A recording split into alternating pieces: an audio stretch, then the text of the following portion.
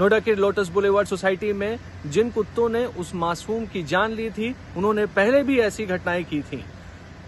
इस घटना से पहले उन्हें एक बार वहां से उठाकर हटा भी दिया गया था, लेकिन एक तरीके से गैर जिम्मेदार डॉग फीडर्स की जिद से उन्हें दोबारा वहां पर बसाया गया और दोबारा बसाने के बाद ये घटना सामने आई है। हमारे साथ कावेरी राणा है, जो कि एक एनिमल राइट्स एक्टिविस्ट है और रेस्क्यूअर भी हैं। वो बताएंगे कि डिटेल में ये क्या हुआ। कावेरी, क्या घटना हुई थी? इन कुत्तों का कैसा इन्वॉल्वमेंट था? इसको पहले इनको वहां से हटाया जा चुका था। देखिए, इस सोसाइटी के डॉग्स के साथ में जो इनसे रिलेटेड इंसिडेंट्स हैं वो मैं पिछले 3-4 साल से सुन रही हूँ। RWA ने भी काफ़ी एस्केलेशंस की हैं, रेजिडेंट्स ने भी की हैं। लॉकडाउन में इसी सोसाइटी में एक पेट रैबिट का बच्चा डॉग्स द्वारा अटैक करके मार दिया गया था। उस टाइम पे जब मेरे पास फोन आया था सजेशन के लिए, मैंने उस टाइम रेकमेंड किया था कि जो एग्रेसर डॉग्स हैं उन्हें एज पर रूल्स तुरंत ऑब्जर्वेशन के लिए उठाकर शेल्टर होम में भेज दिया जाए, जो नहीं किया गया। कुछ टाइम बाद एक बीगल पपी पे अटैक हुआ, वो भी मर गया सैडली, तब भी नहीं रिहेबिलिटेशन के लिए भेजा गया। उसके बाद फिर 2-3 बच्चों के साथ बाइटिंग इंसिडेंट हुए। कुछ टाइम के लिए कुत्तों को उठाकर प्राइवेटली कहीं भेज दिया गया और फिर उनको वापस बुला लिया गया, प्राइवेटली ही बुला लिया गया। ये बहुत गैर जिम्मेदाराना है। अगर हम एनिमल बर्थ कंट्रोल रूल्स की बात करें तो एग्रेसिव डॉग्स को म्युनिसिपल कॉर्पोरेशन द्वारा ही ऑब्जर्वेशन और रिहेबिलिटेशन के लिए उठाकर उनके द्वारा निर्धारित शेल्टर में ही भेजा जा सकता है। आप ऐसे ही उठा के उन्हें अपनी मर्जी से रिलोकेट करके कहीं पर्सनल या प्राइवेट बोर्डिंग्स में नहीं भेज सकते। कौन जिम्मेदारी लेगा उनके बिहेवियर की प्राइवेट बोर्डिंग्स में? अब वो वापस आए। जब एक बार बाइटिंग मोड एस्केलेट होता है, 99% डॉग्स बाइट नहीं करते, 99% डॉग्स अटैक भी नहीं करते, बट दैट 1% जब फर्स्ट इंस्टेंस होता है वो प्रिवेंटिव मेजर वहीं आ जाना चाहिए। वो फर्स्ट इंस्टेंस में हमें पता चल गया कि dog has an aggressive tendency और एन एग्रेसिव एटीट्यूड, तो एज अ केयर टेकर मैं अगर होंगी, मैं उस डॉग को तुरंत रिहेबिलिटेशन के लिए मूव कर दूंगी। I will move according to the rules.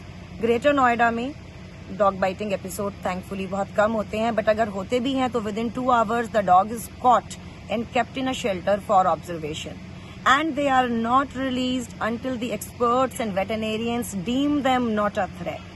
It can be 2 months, it can be 3 months, it can be a week also, depending on the dog. यहाँ पर अपनी मनमर्जी से सबने निर्णय लिए, प्राधिकरण की टीम को इन्वॉल्व ही नहीं किया गया। किसकी गलती बताऊं? कुत्तों की गलती बताऊं? उन लोगों की गलती बताऊं जिन्होंने ऐसा होने दिया?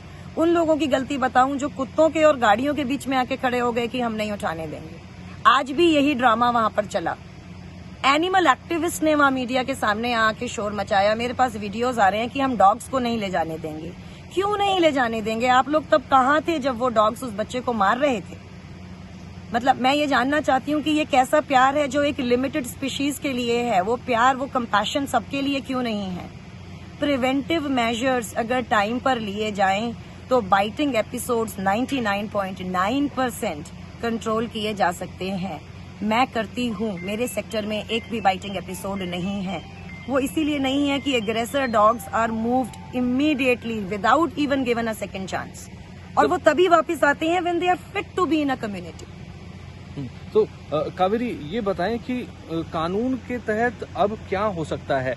जितने भी लोग इस वक्त आपको देख रहे हैं, उनको आप क्या हिदायत देंगी कि कानून के तहत इस तरीके से प्रिवेंशन कैसे हो कि कम से कम किसी मासूम की जान न जाए? कोई भी डॉग अग्रेसिव होता है तो सबसे पहला स्टैंडर्ड ऑपरेटिंग प्रोसीजर SOP लोगों के लिए, फीडर्स के लिए, एनिमल लवर्स के लिए क्या होना चाहिए? सबके लिए ये SOP animal birth control rules 2001 द्वारा सेटअप किया जा चुका है। एग्रेसिव डॉग एज पर प्रोटोकॉल म्युनिसिपल कॉर्पोरेशन द्वारा पिक किया जाएगा, उनके डेप्यूटेड शेल्टर में रिहेबिलिटेशन के लिए रखा जाएगा। उसका कोई टाइम फ्रेम डिटरमिन्ड नहीं है, क्योंकि it will depend from dog to dog. Dog के बिहेवियर पे डिपेंड करेगा कि उसे कितने दिन रखना है। 5 दिन, 10 दिन, 15 दिन में आप जज नहीं कर सकते कि वो डॉग एग्रेसिव है कि नहीं है। आपको उसके साथ समय बिताना पड़ेगा। बिहेवियरल एक्सपर्ट्स और वेटरनेरियंस की टीम डिटरमिन करेगी कि क्या वो dog fit to be in community है। नहीं है तो let him be in the shelter home for a while. मतलब उसको सड़क पर वापस लाके दुनिया को और दूसरे जानवरों को और बच्चों की जान को खतरे में डालना कोई समझदारी नहीं है। कोई समझदारी नहीं है। डॉग फीडर्स को, एनिमल लवर्स को, जो भी वो कर रहे हैं वो बेशक करें, लेकिन समझदारी से काम लें। अगर स्ट्रे डॉग्स अग्रेसिव हो रहे हैं तो पहला कदम यह है कि उनको अथॉरिटी द्वारा डेजिग्नेटेड शेल्टर होम्स भेजें। लोगों की जान से खिलवाड़ ना करें, प्यार सबसे करें। इंसान का बच्चा भी उतना ही इंपॉर्टेंट है जितना उनके लिए बाकी के जीव जंतु। ध्यान दें, कानून का पालन करें, तभी आगे ऐसी घटनाओं पर रोक लगाई जा सकेगी। कैमरा पर्सन रितेश मिश्रा के साथ अभिषेक आनंद, ग्रेटर नोएडा, आज तक।